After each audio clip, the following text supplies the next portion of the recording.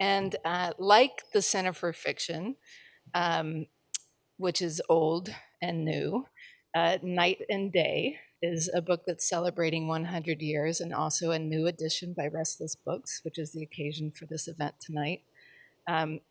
If you haven't gone up our staircase, make sure you do, because Virginia Woolf is right there for you to see. And to be the center for fiction and to not honor Virginia Woolf would be to miss out on one of the best novelists ever. So we're really excited about this. Michael Cunningham is on our Writers' Council, and of course, he's the author of The Hours. And Fernald has run reading groups for Virginia Woolf books here, and she is here as a moderator tonight. And then we have Julie Oringer, who's a wonderful novelist as well. All of their bios are on the program, so please take an opportunity to learn more about them. But let's get on with the conversation and hear more about Virginia Woolf. Please welcome them to the stage.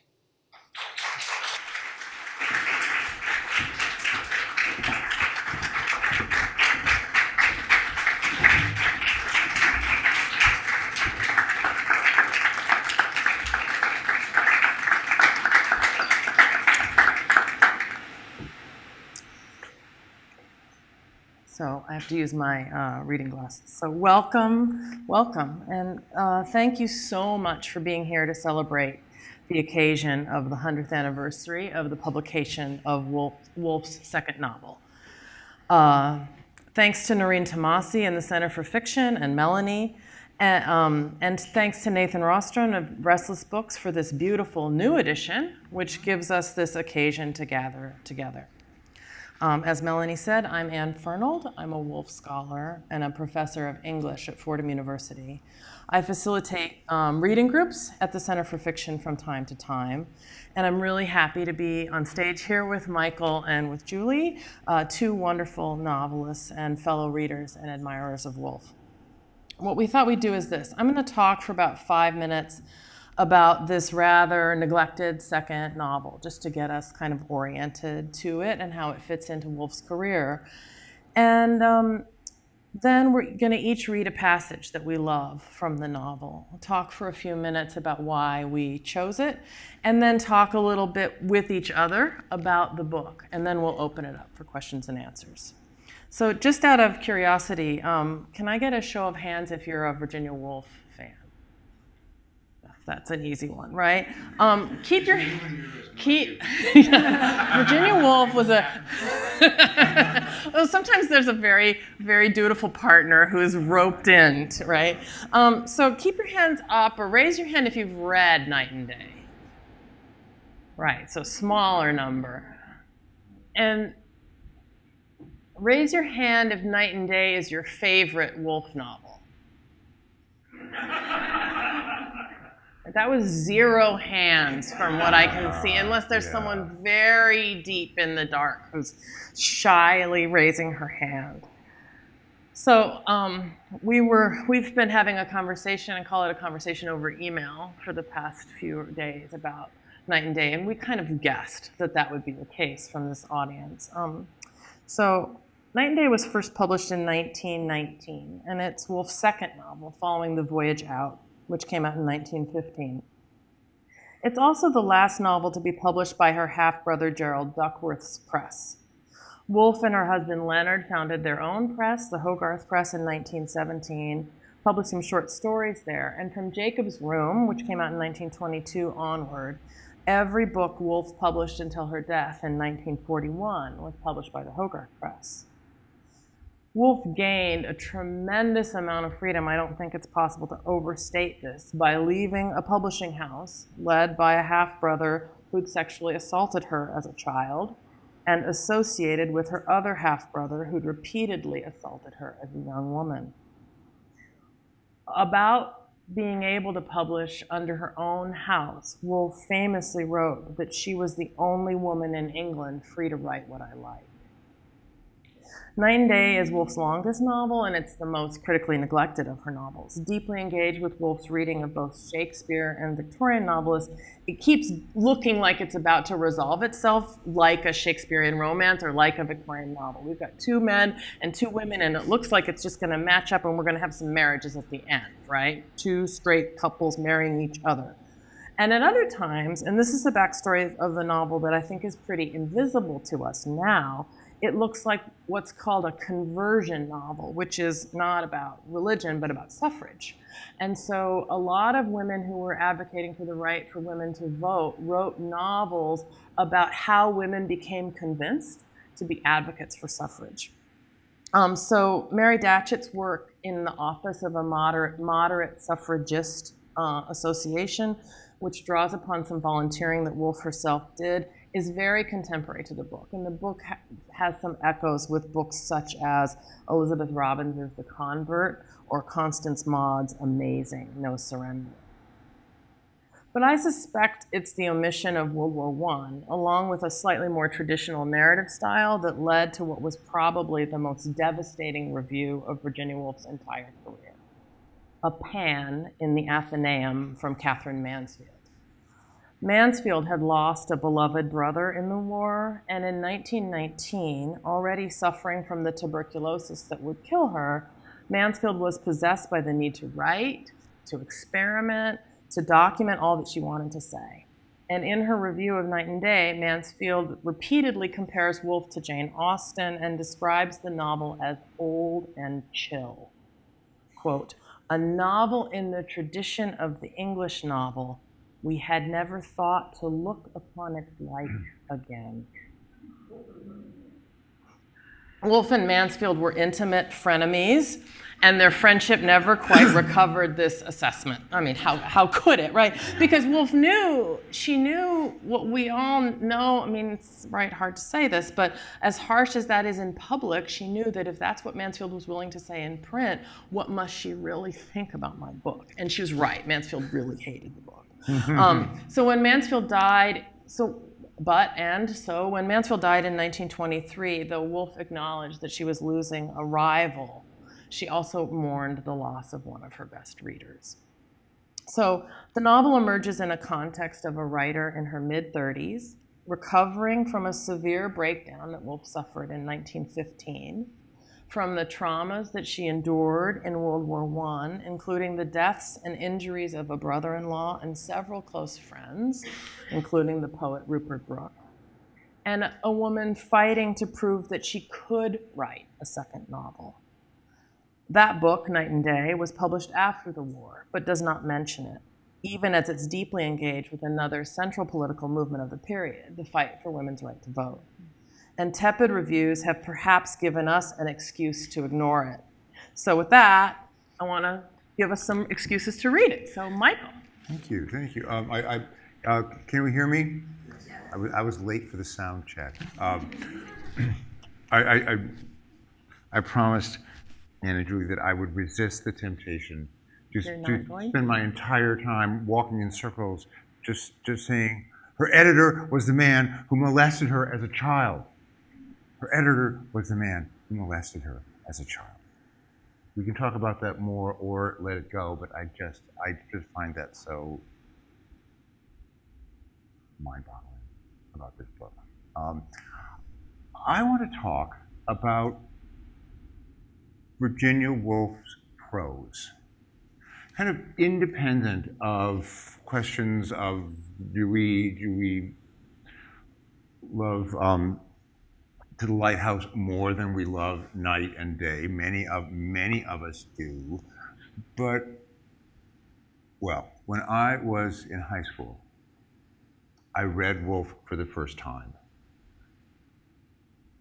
She was not on the syllabus of my little suburban high school. I was trying to impress a girl who was smarter and better read than I was, with my newly acquired knowledge of the work of Virginia Woolf. So I tried to read Mrs. Dalloway. I couldn't figure out what Mrs. Dalloway was about, but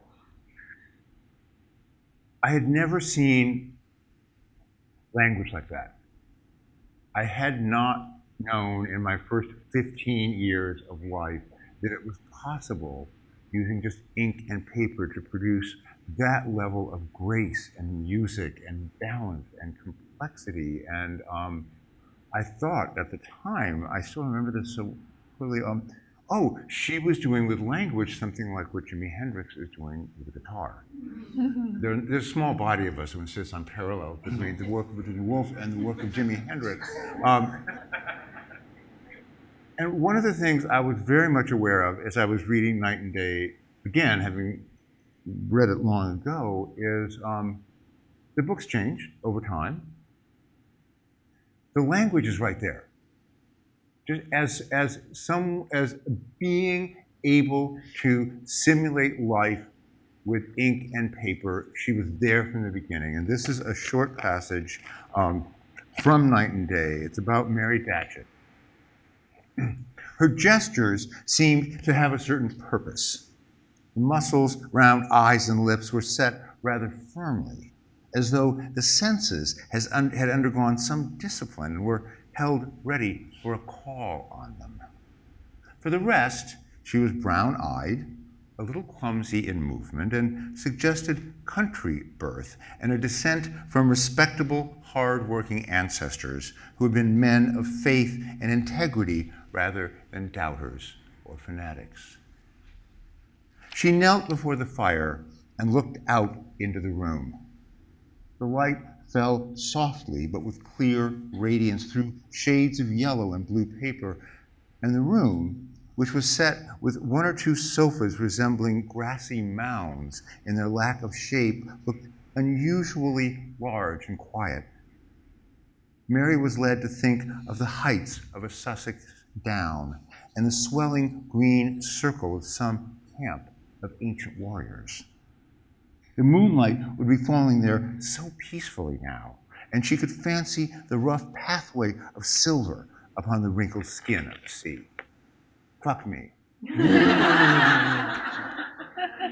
I don't think I have to talk much about the beauties of that, but the way that she gets from this dead-on description of Mary herself to ancient warriors and the moon-wrinkled sea by means of this beautiful invisible logic. We kind of go from Mary to a sense of her ancestors to these sofas which resemble grassy mounds, and then suddenly we're in history. We're in eternity from this sort of clumsy, brown-eyed woman in a room somewhere. And I just feel like, my God, even if Night and Day is nobody's favorite book, is full of sentences like that. Hundreds of pages of that. Hundreds, yeah, one of many. And in the conversation, the email conversation that preceded this conversation, when Michael said, oh, I really want to talk about her language, my mind immediately went to a sentence that I just can't resist reading from the novel, where she, in fact, talks about the pleasures of the English language. No one can escape the power of language, let alone those of English birth, brought up from childhood, as Mrs. Hilbery had been, to disport themselves now in the Saxon plainness, now in the Latin splendor of the tongue, and stored with memories, as she was, of old poets exuberating in an infinity of vocables. Exuberating. In an infinity of vocables. So she knew what she was doing. I am going to read a passage for an entirely different reason, although one that has my jealous admiration nonetheless. One of the sensations that I kept having as I read this novel was a kind of memory of the feeling I had when I first was studying the work of Albrecht Dürer. When I was learning about his work in high school, in humanities class I had in high school, I first saw these beautiful figure drawings of his, these hands and these bodies and these beautiful heads, And then I just remember turning the page, and there was the rhinoceros. And I just thought, my God, how can it be?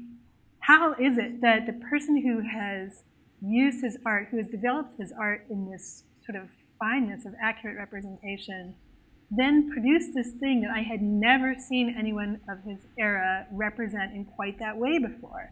I kept having that feeling as I read that this was the first time I was seeing somebody do this particularly daring thing. Sometimes it was an act of the imagination, and sometimes it was merely a representation of something that was uncommon.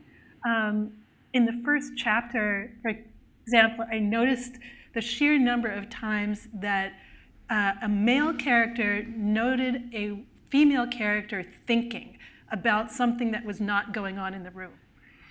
And I thought, oh my God, where have I seen before in English literature, certainly, of this period, male characters taking note of female characters, not feeling, not experiencing, being caught in some emotion that washes over them, but thinking, casting their minds outside of the drawing room and away from the tea table to some idea that compelled them more than what was going on among the humans in the room.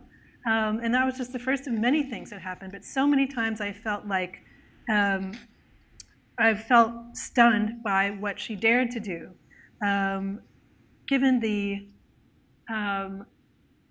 ability of the novel to follow certain conventions. It made it all the more striking when those conventions were broken.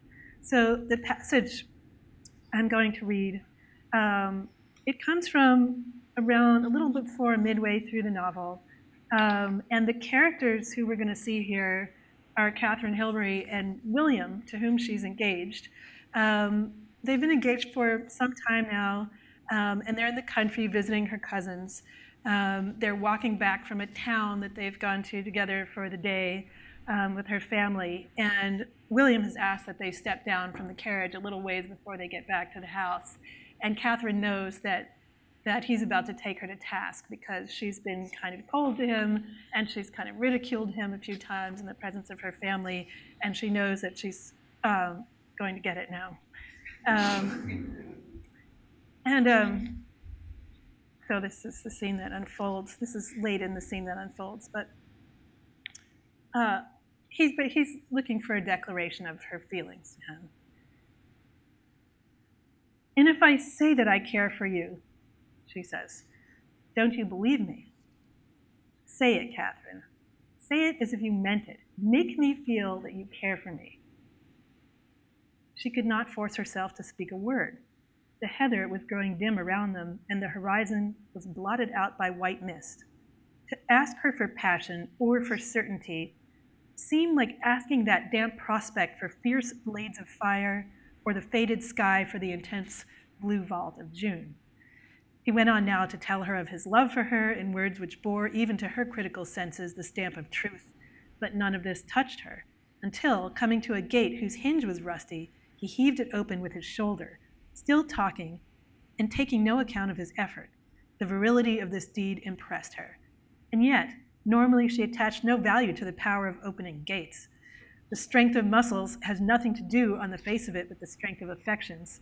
Nevertheless, she felt a sudden concern for this power running to waste on her account, which, combined with a desire to keep possession of that strangely attractive masculine power, made her rouse herself from her torpor.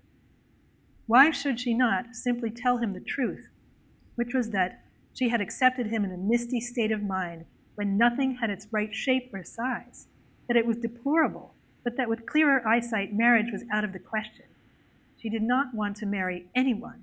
She wanted to go away by herself, preferably to some bleak northern moor, and there study mathematics and the science of astronomy. 20 words would explain the whole situation to him. He had ceased to speak. He had told her once more how he loved her and why. She summoned her courage, fixed her eyes upon a lightning-splintered ash tree, and, almost as if she were reading a writing fixed to the trunk, began, I was wrong to get engaged to you. I shall never make you happy. I have never loved you.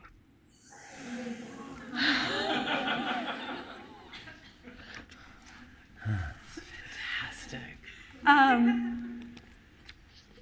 just leaving aside for a moment, although I hope we'll return to it soon, she wanted to go away by herself, preferably to some bleak northern moor, and there study mathematics and the science of astronomy. It seems utterly novel in the novel, the English novel, previous to this point, for someone to repudiate love to this degree, the love that she was supposed to have had to somebody to whom she's engaged. Of course, there are broken engagements in literature. Of course, there are loveless marriages. But there's never the kind of questioning of the value of love or the necessity for love in a woman's life in quite this way. And it is so, it's like being doused in ice water all of a sudden to come across this sentence now to me. And I just kept imagining what it would have felt like to readers in 1919. It was the rhinoceros. It was perfect in that way. So the passage I chose, that was great, Julie, thank you. The passage I chose is from very early in the novel, in chapter 4, and it's always been my favorite. And this is a novel I have a hard time keeping in my head, but this scene is vivid to me, even when I can't remember the novel at all. And it takes place at an evening not unlike the evenings that kind of formed the nucleus of the Bloomsbury Group before the war. So an at-home where friends gather and people read papers, right? And so William Rodney has read a paper on the use of metaphor in Elizabethan poetry. And it's a terrible paper. It's ponderous. He's a bad reader. The whole thing is very boring, but everyone's sitting there obediently, much as you are now, kind of pretending like this is a pleasant way to spend an evening. Just thinking, I hope there's wine. And so this short scene happens just as the discussion is kind of breaking apart.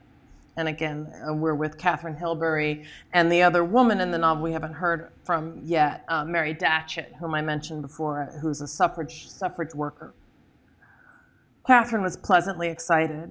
A variety of courses was open to her. She knew several people slightly, and at any moment one of them might rise from the floor and come and speak to her. On the other hand, she might select somebody for herself. Or she might strike into Rodney's discourse, to which she was intermittently attentive. She was conscious of Mary's body beside her, but at the same time, the consciousness of being both of them women made it unnecessary to speak to her. But Mary, feeling, as she had said, that Catherine was a personality, that's in quotes, wished so much to speak to her that in a few moments she did. They're exactly like a flock of sheep, aren't they? She said, referring to the noise that rose from the scattered bodies beneath her. Catherine turned and smiled. Wonder what they're making such a noise about, she said. The Elizabethans, I suppose. No, I don't think it's got anything to do with the Elizabethans. There, didn't you hear them say insurance bill? I wonder why men always talk about politics, Mary speculated. I suppose if we had votes, we should too. So, yeah, right. That's why I like it. It's really interesting. I mean, I love this passage. It totally passes the Bechdel test, right? And it's really a beautiful passage of watching two women who are interested in each other, admire each other, are curious about each other, respect each other, try and figure out how to become friends with each other, right? And that's a beautiful thing. And you think about that famous passage in A Room of One's Own where Woolf says Chloe liked Olivia, and perhaps never in English literature had that happened before. This is the kind of Chloe liked Olivia moment from 10 years before A Room of One's Own. But I also like it because it's funny. Right? And it's nice to see, Woolf apparently had a great sense of humor. I believe it, I see it, I read for it, I seek it, and so I'm always happy to find it. So now we're going to just talk with each other for a little bit before we open it up to you. And as we were talking, I'm going to keep using the word talking because it really did feel like a conversation, this crazy email chain that we've had going on for the past 4 or 5 days. As we were talking about the book in preparation for tonight, I think we each rediscovered the novel, found that we'd maybe dismissed it a little too out of hand or underestimated it. And I'm wondering if you could talk about kind of how you came to the novel. This was your first reading of it and a Yes. rereading for you. So if you wanted to. I was just delighted to come upon a long work by Woolf. I mean, it was astonishing to me that I had not gone back to this book for this reason, in a way, apart from all the other reasons that might have compelled me to read it. My students are sitting there in the audience and know that I tend to write long, and that there are reasons to do so. One of the reasons that I see manifest in this book, and that greatly gave pleasure to my reading, was that there is a very patient and deliberate construction of a certain reality, which is then torn down in the second half of the book in a particular way. And so I think part of what gave me this deep sense of delight in reading the book was just to see modes of construction used in this novel that I have not seen used in the same way in other Woolf novels. And even though the novel is held up by some reviewers who spoke of it critically as resembling earlier novels too closely, what I kept feeling were the structural differences between this and the Victorian novel, or even the Edwardian novel, and that was a great pleasure, and one that was a fresh pleasure in the work. Yeah, reading it again, it was, I guess I'll just say, more fun than I'd remembered. I've always sort of held the notion that there's a great bookstore in Portugal, where I just was, and they have a funny classification system, and one of the sections is books you pretend to have read but haven't really. And I was thinking, well, okay, for my purposes, there are great books that turn out to be more fun than you thought they would be, and there are books that are even less fun than you thought they were going to be. And this was very much in the former category. I think we dismiss it in part because she went on to write The Waves and To the White House, and which kind of miniaturize this book unfairly. And there's a fabulous introduction by Lauren Groff, who, this is an oversimplification, but she essentially says in these first two novels, The Voyage Out and Night and Day, Woolf was writing like a man. And with Jacob's Room, she begins to write like a woman. Again, an oversimplification, but she was writing the sort of classic English novel as was generally written by men. And then with Jacob's Room, her third novel, she's set free. Did I mention what happened here? Never mind. But Julie, as you say, actually, she's already writing in a way that there's something specious about men writers versus women writers, or any of that thing. But as you point out, she's doing a kind of, she's working with a kind of interiority and a kind of emotionality and emotional complexity that Arnold Bennett wasn't doing, and that was a great surprise too. It's much more complex and emotionally sophisticated than, and it's funny. That's right. And one of the things that Julie and I were talking about is kind of the way that it explores, especially for Mary and Catherine, kind of how women are searching to find meaning in their lives. Do you want to say a little bit about how that unfolds and how that becomes a part of the plot of the book, right? I think you touched on it in Catherine's rejection of the marriage, right? Yes. Well, as I read, I kept thinking about the kind of ongoing inward conversation that Woolf had with George Eliot through her life. And I went back and reread that great piece that she wrote for the Times Literary Supplement that was published concurrently with the publication of this novel, where writing about Eliot's heroines she says, I'm going to find where I've put that here. Where was it exactly? Yeah, she says, in learning, Eliot's heroines seek their goal in the ordinary tasks of womanhood and the wider service of their kind. They do not find what they seek, and we cannot wonder. The ancient consciousness of woman, charged with suffering and sensibility, and for so many ages dumb, seems in them to have brimmed and overflowed and uttered a demand for something, they scarcely know what, for something that is perhaps incompatible with the facts of human existence. George Eliot had far too strong an intelligence to tamper with those facts, and too broad a humor to mitigate the truth because it was a stern one. Save for the supreme courage of their endeavor, the struggle ends for her heroines in tragedy or in a compromise that is even more melancholy.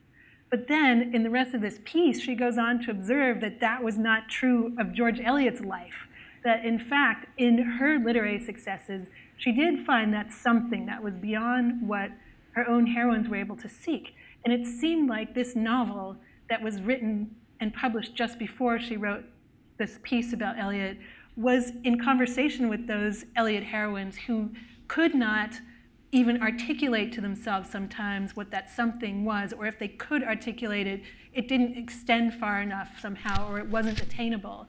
And she created characters who could articulate what the something was, and not only could they articulate it, but they could make an argument for it that was strong enough to withstand even the very strict societal impetus to marry at a certain age and follow a certain course.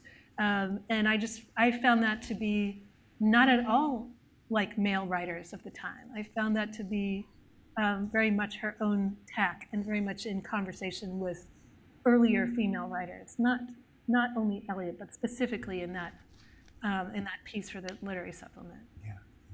There's a lot of you probably will remember the moment at the dinner party into the lighthouse where Lily is being haunted by Charles Tansley's women can't write, women can't paint.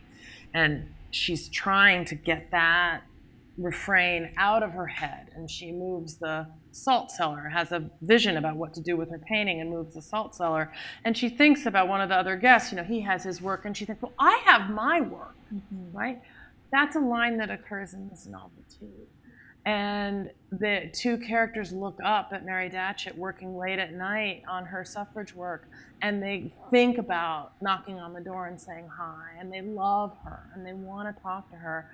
They see that she's working, and they think, if we're going to just bring a kind of emotional cloud into her space. She has her work, and that's important. And it's so beautiful to think of this novel as endorsing that vision of that a woman's life, a purpose for a woman's life could be work and work alone. And Mary speaks of it that way. She says work has saved her, that it's the thing that sustains her at her lowest moment. So this is a moment for us to maybe hiss at Forster, whom I adore, but Forster claimed that none of the characters in the novel are lovable. We can say, we know what to say about people who insist that our characters in fiction are lovable.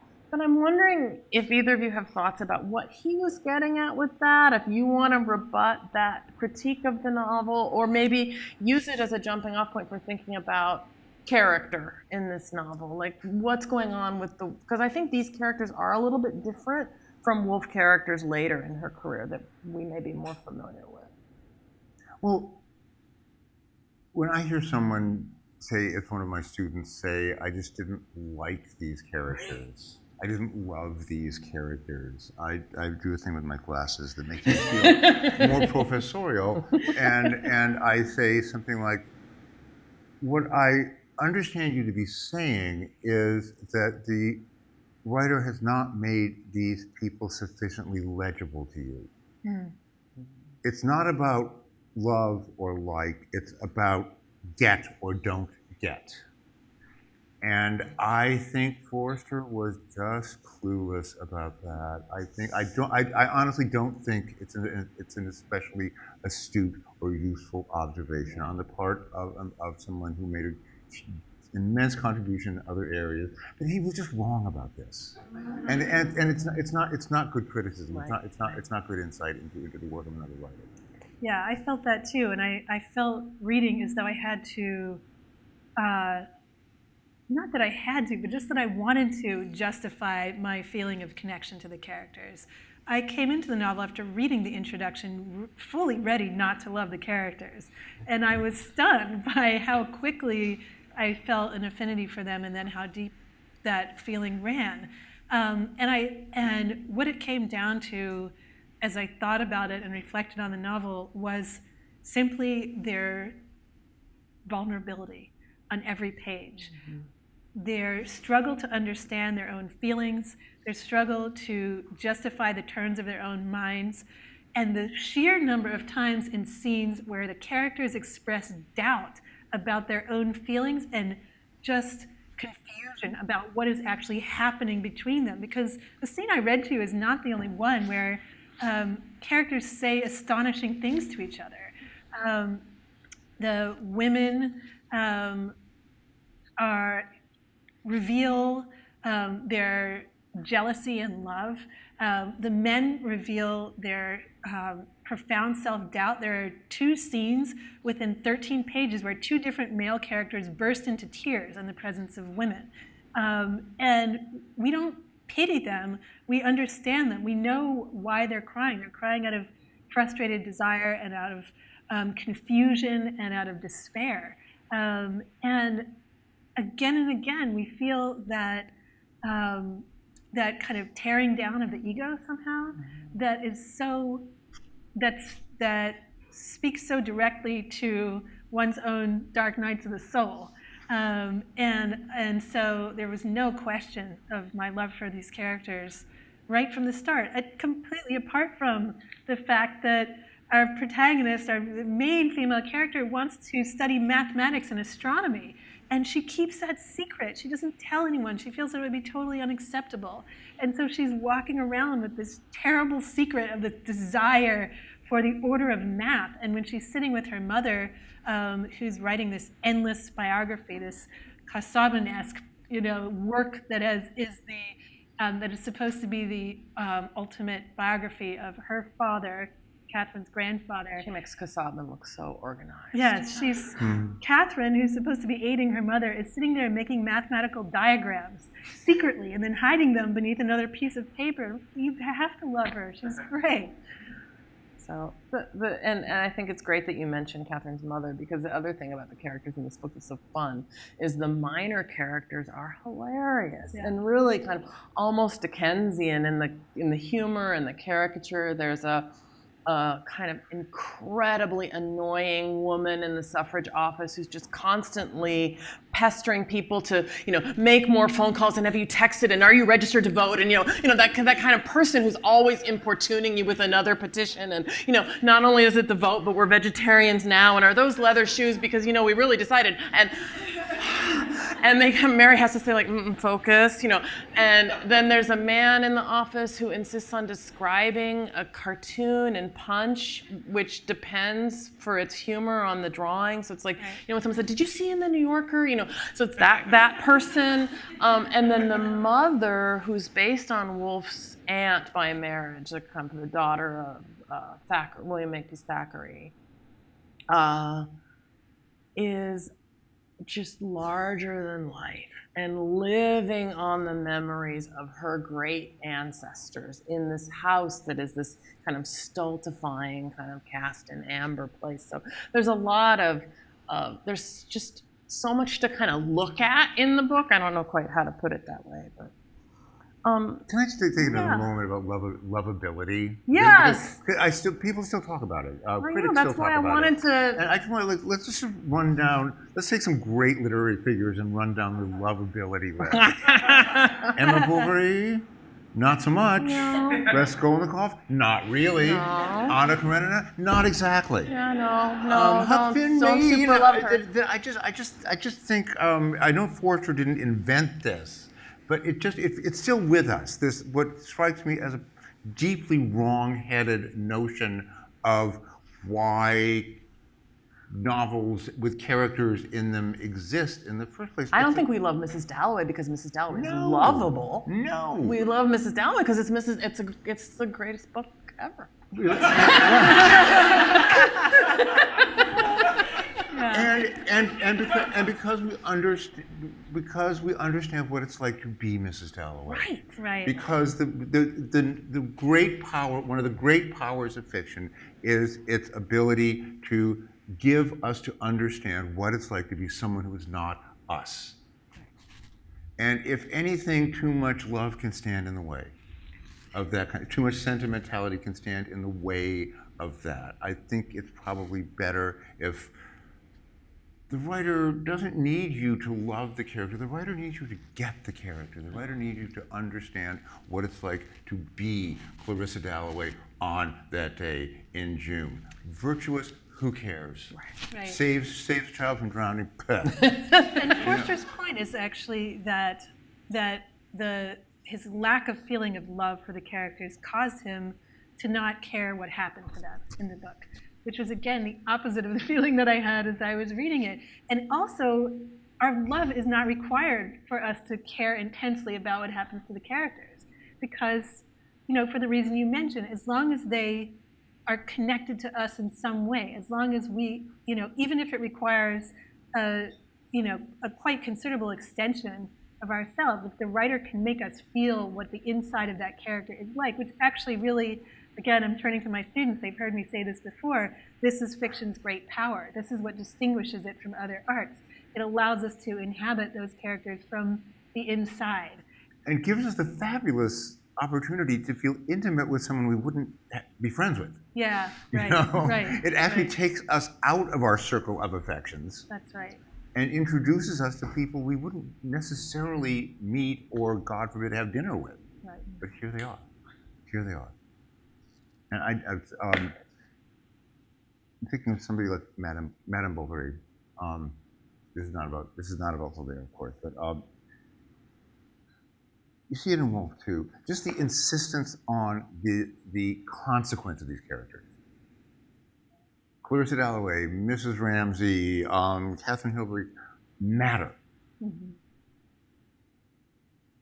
And that the force of that alone, Virginia Woolf's certainty that these people are worth your interest, is what it's about. Yeah. That's a great place to open it out for questions from you. So there's a microphone. So if you have a question, and I hope you have several, please make yourself known and we'll pass the mic to you so that way everyone can hear.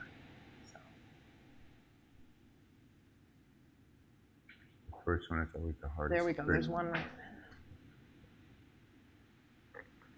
Hi, thank you for that. That's very stimulating and fun to listen to. I'm curious, going back to the half-brother editor attacker idea. My favorite subject. Thank you.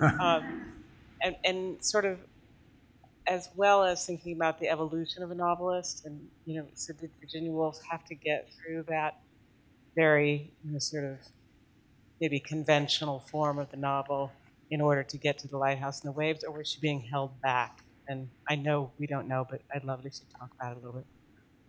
No, but it's great. It's a great topic for speculation. Somebody other than me.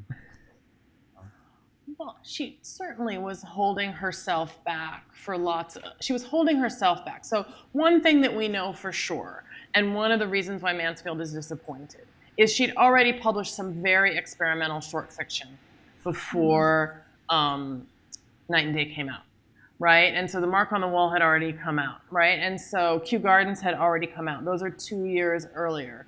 The short story Kew Gardens, if you haven't read it or haven't read it in a while, is a masterpiece of stream of consciousness. And it follows people walking through a London garden, and it's like one long tracking shot. And you overhear a bit of a conversation, and then, oh, there's a snail. And then you overhear another, butterfly, another conversation. And that's it. There's no plot. You get this little window into 3 or 4 people. This book isn't like that at all, right? And Mark on the Wall came out under Hogarth. So I think that, I mean, Michael and I aren't alone in speculating that the shadow of being published by her abuser was a creative cramp at the minimum, right? I'm speaking a little bit in a slightly restrained way. So that's one thing. But of course, then she also developed a lot as a writer, and I mean not as a straight line, right? But she changed from book to book too. And also, Yeah, please. you can imagine taking an extension of the mind to believe that what she could do in the space of a short story could be adapted to the novel form. Because the novel had not been that yet. She had to invent the novels being that somehow. And that's a huge leap to go from 6 pages to, right. That's right. Yeah, the forces arrayed against Woolf when she was a younger writer are considerable. But who here has read Soldier's Pay? That was Faulkner's first novel. Would we be reading This Side of Paradise, Fitzgerald's first novel? I think a lot of writers, even if they're not being published, need a running jump. I'm not sure if it's even as simple as practicing your craft as it is just kind of doing your sprints, getting ready. The enduring work of genius is sometimes, but rarely, the first attempt. Sometimes it just requires getting older. It doesn't hurt to get older. I like to tell myself, yeah.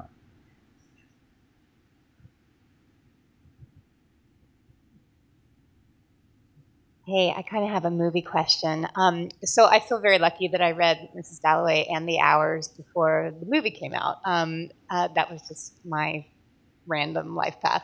But Nicole Kidman's Virginia Woolf in the movie, the portrayal was so powerful to me that I can't shake it.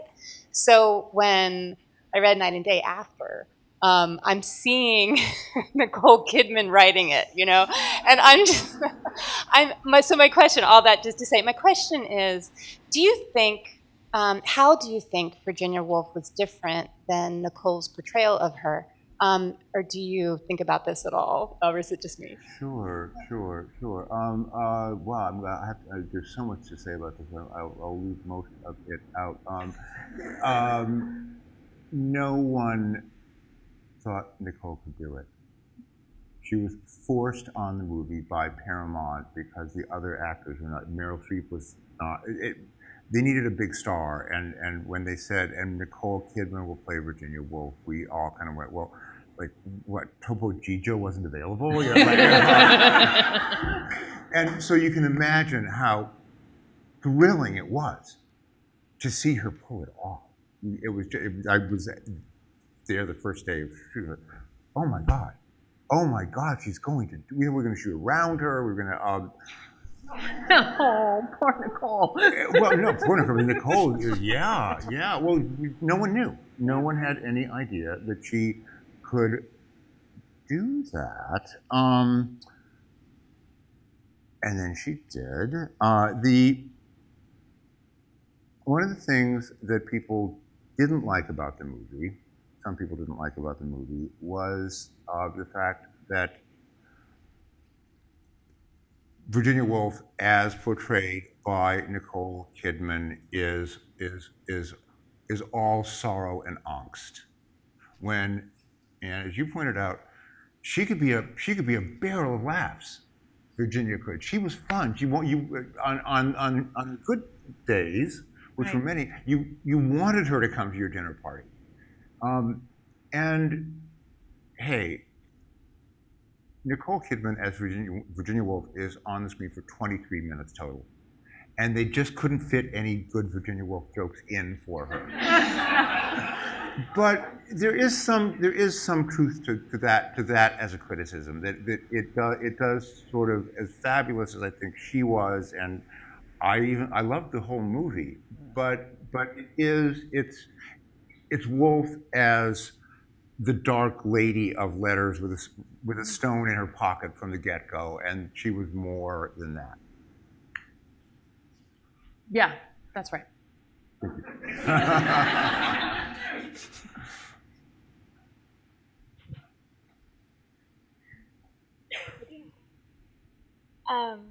Julie, you had mentioned a lot about the ways that the novel sort of breaks with conventional expectations when you do read it the way that My reading of it, it differs from Catherine Mansfield's. yeah. Although there is one thing that I think is very interesting about that line of criticism, which is you really do feel the absence of the war.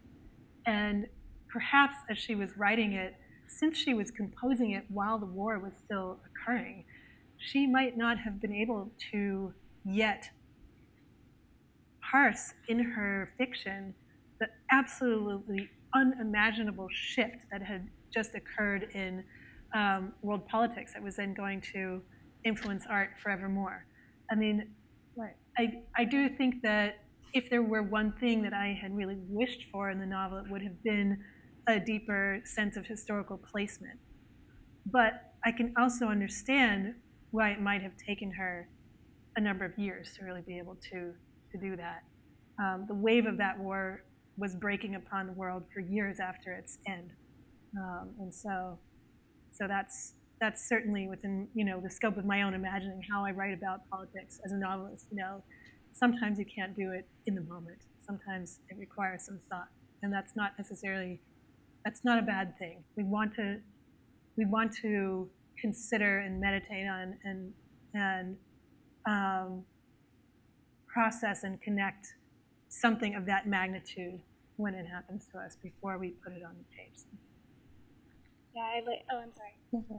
I like that you're reading for what's not there, the war isn't there. And I guess the second part of my question was, would you still, because a lot of people, Elizabeth Bowen, for example, also writes about things that are warlike but doesn't actually mention them, and she also gets criticized as sort of not really a modernist author because she's writing these things that seem realist but break with realism in very specific ways.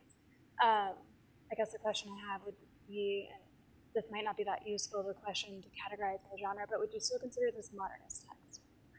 I do consider it a modernist text simply because I don't think that all of the breaches that constitute modernism could have happened at once. I think they needed to happen in a stepwise fashion. It's tempting for us to look back at literary history and envision them happening instantaneously, but in fact, I think they were happening for a great long time before the 20th century, particularly in the work of women writers. And so if we go back and read Eliot and read Austen, and even look all the way back to Murasaki Shikibu in 12th century Japan, we can see the grains of what would come to be understood as modernism, to be called modernism much later. So I think this novel situates itself much more clearly in that camp than in the Edwardian or the Victorian camp, for some of the reasons that I've talked about. That's a great question. Thank you. We do have enough time for one more question. Hi. Thank you all. It was really interesting. I just want to say two quick things. One is, I don't know if you've seen Vita in Virginia, the new movie, but Nicole Kidman is a barrel of laughs compared to the depressive portrayal of Virginia in that movie. But what I wanted to say is I had never read Night and Day, but I decided, and I've read a lot of other Woolf, to read it before tonight, and I finished it today, actually. And one of the things that struck me about it was the depth of feeling in the novel, especially the final pages. Denham, in particular, articulates his feelings for Catherine, and thanks with a little bit of help from her mother, she discovers that she's in love too. And I just wondered what your thoughts are about. You mentioned the emotionality, Michael, of the book, which is, I think, one of the things that I really came away with after reading it.